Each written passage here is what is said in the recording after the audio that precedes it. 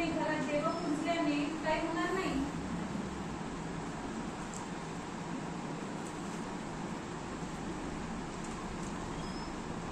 ज्या समाजात न्याय आणि समता नसेल तो समाज कधी प्रगती करू शकत नाही, असे बाबासाहेबांचे विचार होते. जसे आज आपण इथे आहोत तशी पुढली पिढी पण असेच बाबासाहेबांच्या विचारावर चालायला पाहिजे अशी मी प्रचार करेन. आणि जसं बाबासाहेबांनी वर्गाबाहेर बसून अभ्यास केला आणि एवढी मेहनत केली तेव्हा आपण इथे आलो आहोत. त्यांनी एवढी मेहनत केली तेव्हा आज आपण शून्यातून खूप समोर आलो आहोत. तसेच आज आपली मुले कॉन्व्हेंटमध्ये सीबीएसई पॅटर्न, स्टेट पॅटर्नला शिकत आहेत. हे सगळं संविधानाबद्दल ध्यानात ठेवून आज आपण समोरच्या पिढीला प्रचार करायला पाहिजे.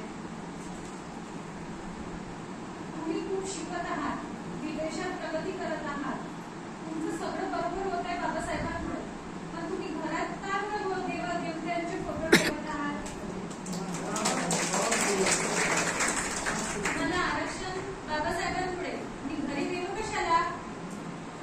तुम्हाला बाबासाहेबांना एवढा त्रास झाला, एवढा अन्याय झाला, तेव्हा कोणता देव आडा आला नाही, कोणताच देव आडवा आला नाही, तर तो तुम्हाला मिळेल का तो देव?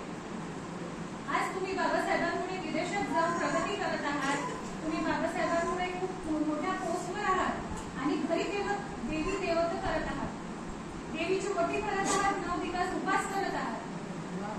पण त्या देवीला, त्या 9 दिवसाच्या मायला तुम्ही 3 दिवसाचे चालतात काय? नाही. त्या देवाला तुमचा जन्मलेल्या बाळाचं सुद्धा विटाळ.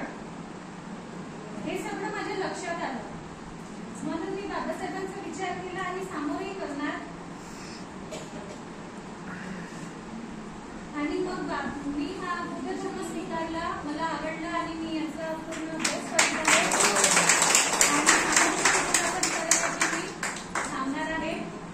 मोजू तरी कशी उंची तुझ्या कर्तृत्वाची, मोजू तरी कशी उंची तुझ्या कर्तृत्वाची, तू जगाला शिकवली व्याख्या माणसातल्या माणुसकीची. तू देव नव्हतास, देवदूतही नव्हतास, तू देव नव्हतास, देवदूतही नव्हतास, तू मानवतेची पूजा करणारा खरा महामानव होतास. सॉरी